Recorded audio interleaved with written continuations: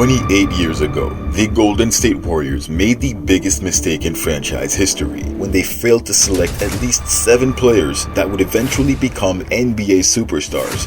To find out what happened, be sure to watch the whole video. Just don't forget to like the video and subscribe to Switch Culture for the most analytical and entertaining NBA content on the planet. Now get ready. You're about to get smashed.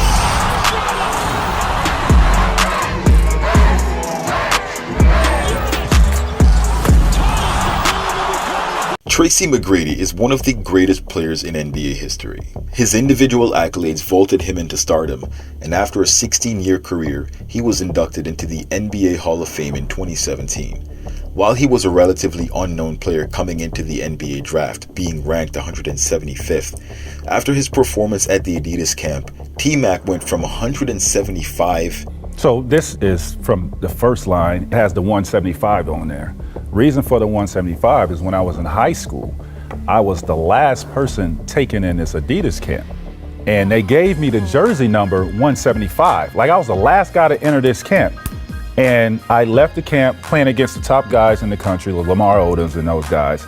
And I left number 1. From 175 to number 1. Now, after failing to draft one of the best players of all time, even though they didn't know it yet, but obviously had some idea considering Torzik and Edelman were sent packing, you'd think the Warriors scouting department had learned their lesson. In 1997, the Warriors were right back in the lottery, this time armed with the 8th overall pick, a full 3 spots better than last season. This is the year the Spurs selected Tim Duncan with the 1st overall pick. So who else was available in this draft after the first 7 picks? Unfortunately, the 1997 NBA draft didn't have a whole lot to offer, featuring the likes of Steven Jackson, Mark Jackson, not that Mark Jackson, this Mark Jackson, whom the Warriors ended up selecting in the 2nd round. God Shamgod. Yes, that is really his full legal birth name, and he did in fact invent one of the most notorious moves in NBA history. And that's about it. Wait. Oh yeah, there was this one guy who went by the name of Tracy McGrady. Wait, T-Mac was available? Now, after drafting a 6'11" 3-year college player a year ago, while one of the future greatest players fresh out of high school was still on the board, guess what the Warriors did this year? Gary St. Jean, the new Warriors general manager, with the 8th pick, drafted 6'10" center and 3-year college player out of Colgate University, Adonal Foyle. While one of the future top 75 greatest players of all time, fresh out of high school, was still on the board. The Toronto Raptors quickly snatched up Tracy McGrady, a 6'8" small forward, with the 9th overall pick. You could make up the storyline if you tried. Although a couple of weaker picks in Ron Mercer and Antonio Daniels were selected prior to the Warriors selecting Foyle, the fact that T-Mac was selected right after the Warriors pick meant there was some sort of impetus to draft McGrady at the time. While there weren't any other great players after T-Mac in this draft, the gap between him and Foyle was cavernous.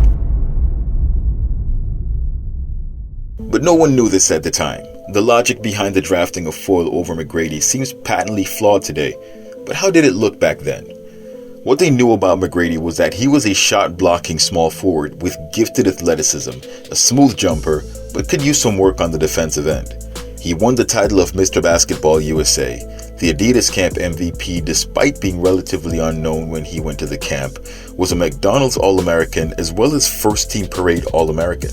His senior year averages were 27.5 points, 8.7 rebounds, 7.7 assists, 2.8 steals, and 2 blocks per game. Initially, McGrady considered playing college basketball at the University of Kentucky, but he ultimately decided to enter the NBA draft as he was a projected lottery pick. One thing that stood out, however, was that if he was given enough time on the court, Tracy McGrady could be a star. Foyle, by comparison, did win a number of accolades in college, including leading the NCAA in blocks, was the Patriot Tournament League MVP, a McDonald's All-American, and 2-time Patriot League Player of the Year. Before being drafted, he was coming off his 4th season out of Colgate University, where he averaged 24.4 points and 13 rebounds, 6.4 blocks in 37.7 minutes. He did this while shooting 56.5% from the field And while these numbers look immaculate, he didn't face any real competition as he played in a less competitive conference and used his athleticism and size to dominate his smaller opponents. This would prove to be very critical for his transition to the NBA, as his tactics wouldn't work against the bigger and more athletic opponents in the league. He also didn't have a jump shot, and his field goal percentage was questionable. Statistically, however, he seemed like a ready-made player. Now at the time, head coach Carlesimo, who replaced Edelman from the prior season, was convinced that the team needed an experienced shot-blocking, rim-protecting presence and that the draft was the best place to do it. 2 years in a row, the Warriors drafted a big for fit instead of talent, and 2 years in a row, they got burned. Imagine the Warriors having a roster built around both Kobe Bryant and Tracy McGrady. You'd think it would stop there, but it gets worse. Carlesimo was asked about the thinking that went into drafting Foyle instead of McGrady. There's a chance that Tracy's going to be a fabulous player, but there's a chance that Donald's going to be terrific for us. So how bad was this pick? T-Mac went on to become a 7-time NBA All-Star, a 2-time All-NBA first-team member, 3-time All-NBA second-team member, 2-time All-NBA third-team member, and 2-time scoring champion. T-Mac's best performance came in year 6 with 32 points, 6.5 rebounds, 5.5 assists, and 1.7 steals. And who can forget 13 points in 35 seconds. He won the scoring title that year as well as the following year, along with multiple All-Star appearances and All-NBA accolades. Foyle, on the other hand, played 10 years for the Warriors, mostly in a backup role. His best year came in his 4th year in the league, where he averaged 6 points, 7 boards, and 2.7 blocks a game with no individual accolades. At the end of his tenure with the Warriors in 2007, he was waived with 3 years and $29 million still remaining on his contract. The Magic picked him up on a minimum contract 2 years in a row before he was traded at the deadline to the Grizzlies, who promptly waived him, allowing the Magic to re-sign him.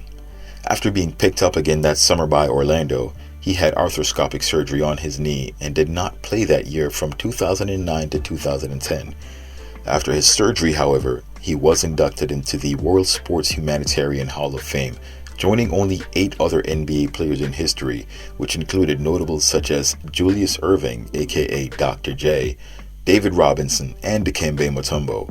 In September of 2010, Foyle announced his retirement and took on a player development role with the Magic before leaving in 2012. He was last appointed as the Warriors Community Ambassador back in 2014. A 1997 NBA redraft had T-Mac going second right after Tim Duncan, as well as 2 other players in Steven Jackson, drafted 42nd overall, and Derek Anderson, drafted 13th overall, who would have been better picks. Even Mark Jackson, whom the Warriors selected at 39th overall, was slotted ahead of Foyle as a player who should have gone in the first round with the 23rd pick, with Foyle right behind him at 24th.